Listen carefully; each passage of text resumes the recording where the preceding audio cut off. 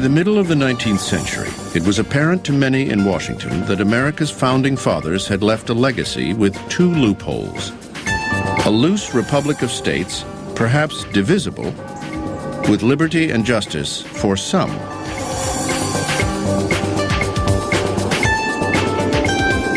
In less than 75 years, the republic had grown from a colonial possession into a continental nation. Territory gained after the Mexican War stretched the country from sea to shining sea. Yet this new land threatened to divide the nation. Most republics throughout the course of history had not survived. The Americans of the first half of the 19th century were uncertain whether their republic would survive a serious crisis, or would it break apart? Tensions were rising between the North and the South. Each wanted to settle the West in its own distinct image. The North is far more populous, far more economically developed than the South, but it has not exercised real political power in the nation. The South has had a stranglehold on the Democratic Party, on the presidency, on the Supreme Court. The nation was at a crossroads. The power struggle between North and South was escalating into a crisis that demanded an extraordinary president. As it turned out, Zachary Taylor was not that man.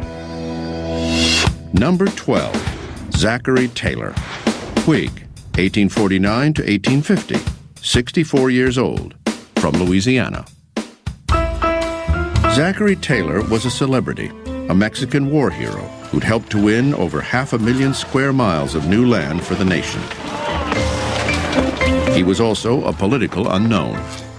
Zachary Taylor was someone who was not seeking the presidency. Both parties came to him and wanted him to be their candidate. As a war hero, he appealed to the North. As a Louisiana landowner and slaveholder, he appealed to the South. He had no obvious agenda, but in the end, he would surprise them all. There's something about Zachary Taylor. If I had to pick out a prototypical pre-Civil War American, I certainly would pick Old Rough and Ready. Taylor's nom de guerre, Old Rough and Ready, was as much a tribute to his fighting spirit as it was for his slovenly appearance.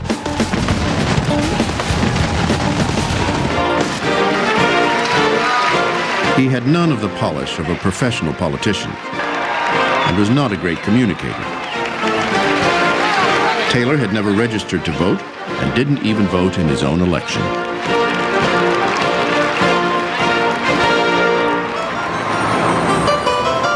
Despite outward appearances, he was really a Washington insider. His army position had been arranged by his second cousin, James Madison. Robert E. Lee was his fourth cousin once removed, and Jefferson Davis had been his son-in-law. As president, Taylor deferred to others, going so far as to declare he would not exercise his veto power. Taylor didn't really see the presidency as a very powerful office, and he was actually strongly influenced by members of his cabinet and by certain members of Congress. He did say that he believed that the slavery issue should be decided by Congress, and Congress would be the ruling body, and that he would go along with whatever Congress proposed. The slavery debate was beginning to get ugly. The fragile peace between North and South, established 30 years earlier by the Missouri Compromise, was starting to crumble. Well, when Zachary Taylor came into office, the country was facing a serious crisis over the question of the expansion of slavery into new Western territory. On one side, Southern extremists were threatening secession if Congress didn't rule in their favor. On the other side, the clamor of Northern abolitionists was growing louder. In response, Senator Henry Clay created the Compromise of 1850, a bundle of bills designed to link the admission of California as a free state with some slavery measures favorable to the South. So this was a kind of package that Clay put before the Congress giving some concessions to the slave states and some concessions to the free states, which he hoped would go through and satisfy everybody. But the compromise didn't satisfy some people, including President Taylor. Taylor surprised a lot of people. He thought there was something to compromise about. He said, look, California should be admitted as a free state, and that's it. Taking back his promise, Taylor threatened to veto the compromise. Taylor insisted on going ahead, even at the risk of provoking Southern state secession. Taylor's solution for the secessionists was somewhat simplistic. I'll hang him. And I might start with my son-in-law, Jefferson Davis, who was a senator from Mississippi at that time. I think his best moment was simply affirming the integrity of the nation in response to threats of disunion that were coming from the South as the controversy over the Compromise of 1850 intensified. Barely a year into his administration, Taylor was evolving into an ardent Unionist. On a hot 4th of July in 1850, Taylor took a break from the political infighting to preside over a groundbreaking ceremony for the Washington Monument. Scorched by the summer sun, Taylor sought relief with a pitcher of milk and a bowl of cherries. Within hours, he complained of severe stomach pains. There are people who were proposing that he was actually poisoned by arsenic, that there was this conspiracy to get rid of him.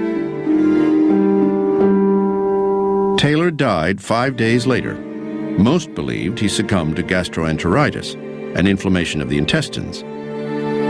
But there were lingering suspicions of foul play. It would take more than a century before anyone would know for certain. In 1991, an historian convinced Taylor's descendants to allow his body to be exhumed. Forensic analysis revealed no signs of foul play. Instead, they determined that a form of cholera was the most likely cause of Taylor's death. As far as I'm concerned, he definitively was not poisoned with arson.